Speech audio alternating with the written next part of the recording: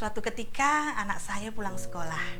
Dia dengan semangat mencari saya di dapur.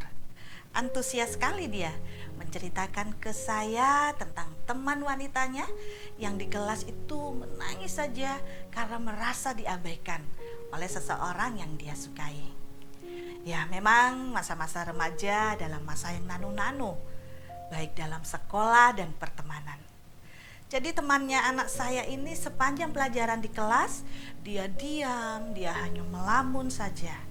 Tentu dia kecewa, karena sudah merasa tidak dianggap atau diabaikan, apalagi dengan orang yang dia kagumi atau dia senangi.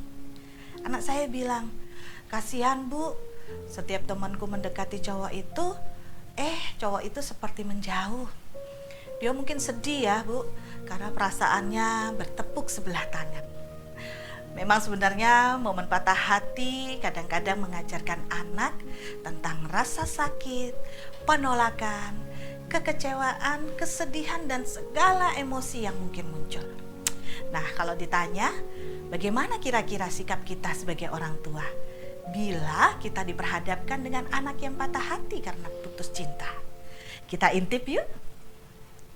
Ada istilah kalau mendekati anak itu seperti layang-layang yang harus ditarik ulur agar pas situasinya. Artinya memang bukanlah hal yang mudah untuk dilakukan. Apalagi kita mempunyai anak yang seperti yang saya ceritakan tadi. Tentu kita sebagai orang tua harus bersikap empati atau simpati, walaupun kita sudah mengira bahwa hubungan itu tidak akan bertahan lama, karena memang masa muda yang penuh penjajakan. Tapi bagi anak kita beda. Mereka pasti berpikir akan bahagia selamanya. Kita bisa tunjukkan simpati dengan bertanya bagaimana keadaannya, apa yang dia rasakan. Ya mungkin dengan kalimat, ayah ibu tahu ini berat untukmu. Apa bapak ibu bisa bantu supaya kamu lebih nyaman? Atau ibu pernah mengalami ini nak, ibu tahu rasanya patah hati. Mau cerita sama ibu? Saya yakin pertanyaan-pertanyaan ini bisa membuat anak lebih terbuka, lebih nyaman untuk bercerita kepada kita, dan tidak menceritakannya di luar orang tua. Hal ini berlaku pada anak lelaki atau anak perempuan. Jangan dianggap bahwa kita mungkin berpikir anak lelaki akan lebih bisa atau lebih mampu mengatasi rasa patah hati. Padahal belum tentu loh ya. Karena wajah lelaki tidak berbeda dengan perempuan dalam mengatasi perpisahan.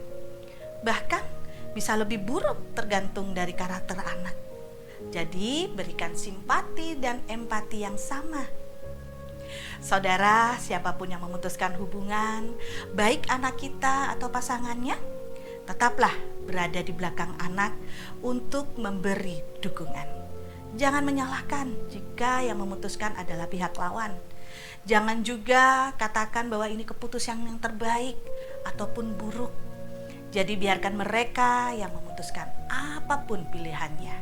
Karena terkadang kita sebagai orang tua merasa kita yang mengusahakannya, kita sudah bekerja untuk memenuhi kebutuhan keluarga termasuk anak kita, mendidiknya dan membesarkannya, sehingga kita merasa kita ini orang tua sebagai raja dan anak harus menuruti kemauan kita tanpa memberikan mereka kebebasan dalam memutuskan segala hal. Kalau hubungan antara orang tua dan anak terjalin dengan baik, tentu dari awal-awal anak akan lebih dahulu curhat ke orang tua, sehingga anak tidak akan mencari tempat pelarian di luar rumah. Sedih rasanya memang kalau melihat anak merasa putus asa dan mau menyerah terhadap tantangan yang sedang dia hadapi. Tapi kita sebagai orang tua yang percaya bisa memasukkan ayat firman Tuhan dalam obrolan kita dengan anak.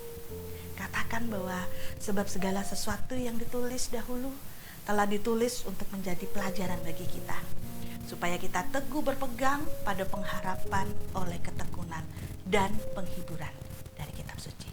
Roma 15 ayat 4. Sekalipun anak-anak mengalami kegagalan, itu bukanlah akhir dari segalanya. Berikan mereka motivasi bahwa melalui kegagalan ini sehingga anak kita belajar untuk tidak mudah menyerah. Tuhan sendiri ingin agar kita tetap tekun dan berpegang pada janjinya.